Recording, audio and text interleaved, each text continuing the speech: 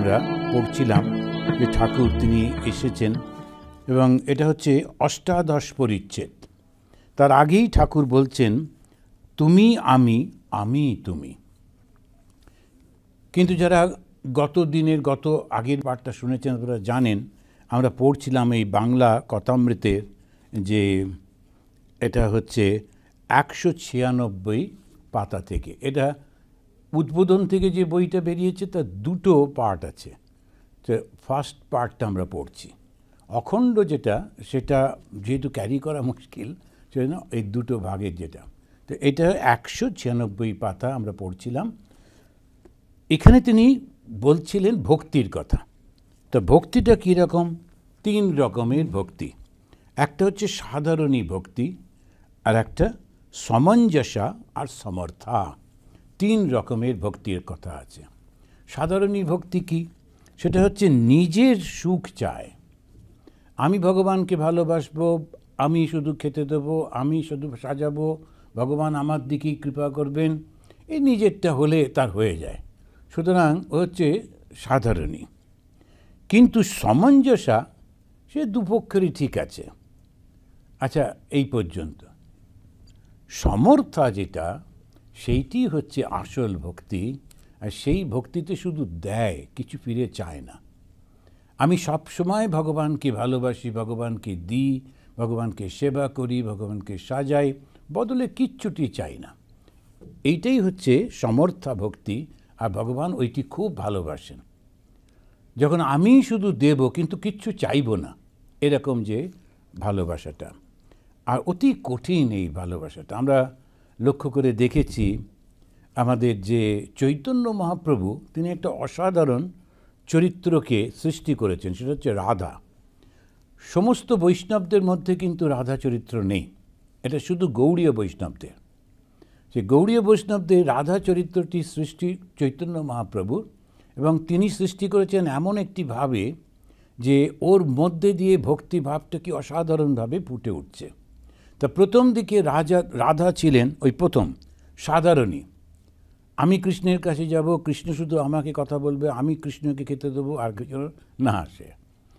তো ওই একটা সাধারণই ছিল। তারপরে দেখছেন যে কৃষ্ণকে পাওয়া যাচ্ছে না। তখন তিনি বুঝতে পারলেন কোথাও একটা ভুল হচ্ছে, আর কিছু লোকের সঙ্গে অ্যাডজাস্ট করে, আচ্ছা ঠিক আছে ঠিক আছে, আমার বন্ধু যারা আছে ওদের সঙ্গেও কথা বলো কথা। তারপরেও যখন দেখছেন কৃষ্ণকে পাওয়া যাচ্ছে না, তার তখন এই সমর্থা ভক্তিতে পৌঁছলেন। সেখানে তিনি শুধু কৃষ্ণকেই ভালোবাসেন, কৃষ্ণ ছাড়া কোনো কিছু দেখতে পান না, বদলে কোনো কিছু চানও না, মান সম্মান কোনো কিচ্ছু না। তো এইরকম যখন অবস্থায় পৌঁছানো যায়, সেইটি হচ্ছে ঠিক একটা ভক্তির চরম অবস্থা। এই অবস্থায় কি হয়?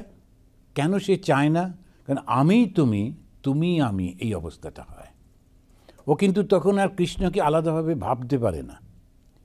মা শারদামণি দেবী কেউ দেখেছেন যে তিনি যখন ঠাকুরের চিন্তা করছেন, পুজো করছেন, পুজো থেকে উঠেছেন, তার চলা, কথা বলা, এমনকি ঠাকুর যখন পান খেতেন তখন এই পানের যে 3 কোণাটা সেটা একটু দাঁত দিয়ে কেটে ফেলে দিয়ে তারপরে খেতেন। ওটা একটা অভ্যাস ছিল। কখনো মা ওটা করতেন না, কিন্তু কখনো যখন ঠাকুরের ভাবে থাকতেন ওইটাও করতেন। তো মানে এতটা হয়ে যেতেন, তখন আর শ্রীরামকৃষ্ণ আর মা শারদার কোনো পার্থক্য থাকতো না। তো এই যে ভাবটা আমরা লক্ষ্য করি, সেটা তখন সমর্থাতে কি হয়, তখন আমি তুমি আমি হয়ে যায়। একেবারে বেদান্তের যে চরম অবস্থাটা, বেদান্তে যেখানে সে নিজেকে দেখতে পায়, ওই রকম অবস্থা। অনেকক্ষণ পর ঠাকুর প্রকৃতিস্থ হইলেন এবং এই সমাধি থেকে নেমে এলেন। এবারে মাস্টারমশাই তিনি লিখছেন, শ্রীরামকৃষ্ণ সমাধিস্থ, ছোট খাটটিতে বসিয়া আছেন, ভক্তেরা চতুর্দিকে উপবিষ্ট। শ্রীযুক্ত অধর সেন কয়েকটি বন্ধুর সঙ্গে আসিয়াছেন। অধর সেন তখনকার দিনে ডেপুটি ছিলেন, ডেপুটি ম্যাজিস্ট্রেট, সুতরাং খুবই নাম করা লোক। তো তিনি এসছেন, তিনি তার বন্ধুদের নিয়ে এসে বসে আছেন। তো ধীরে ধীরে ঠাকুরের ভাবটা বিভিন্ন লোকেদের মধ্যে ছড়িয়ে পড়ছে। অধর সেন তো ঠাকুরকে তিনি দ্বিতীয়বার দর্শন করতে এসছেন। একবারে ভালো লেগেছে, যেমন হয় লোকেরা ভালো লাগলে তার বন্ধু বান্ধবদের নিয়ে আসে, আত্মীয়দের নিয়ে আসে। অধরের বয়স 29-30 হইবে, খুবই অল্প বয়স। অধরের বন্ধু শারদাচরণ পুত্র শোকে সন্তপ্ত। তিনি স্কুলের ডেপুটি ইন্সপেক্টর, এগুলো খুব বড় বড় পজিশন তখনকার দিনে, বিশেষ করে ডেপুটি ইন্সপেক্টর ছিলেন। পেনশন লইয়া তিনি আগেও সাধন ভজন করেছেন। বড় ছেলেটি মারা যাওয়াতে কোনো রূপে শান্ত লাভ করতে পারতেছিলেন না, তাই অধরের কাছে ঠাকুরের নাম শুনিয়া তাঁর কাছে আসিয়াছেন। অধর নিজেও ঠাকুরকে দেখিবার জন্যে ইচ্ছা করে এসেছেন। এবারে ঠাকুরের সমাধি ভঙ্গ হইল। ঠাকুর দৃষ্টিপাত করিয়া দেখিলেন এক ঘর লোক তার দিকে চাহিয়া রয়েছেন। তখন তিনি আপনা আপনি কথা বলতেছেন। এখন একটি সমাজের চিত্র আমরা পাই, সেই চিত্র অধর সেনের বয়স 29-30, তার বন্ধু আর কত হবে, 30-32 এর মধ্যেই হবে, খুব বেশি 35, তার থেকে আদার বন্ধুত্ব তো হবে না। ইতিমধ্যেই ওই ভদ্রলোক তিনি চাকরি করেছেন,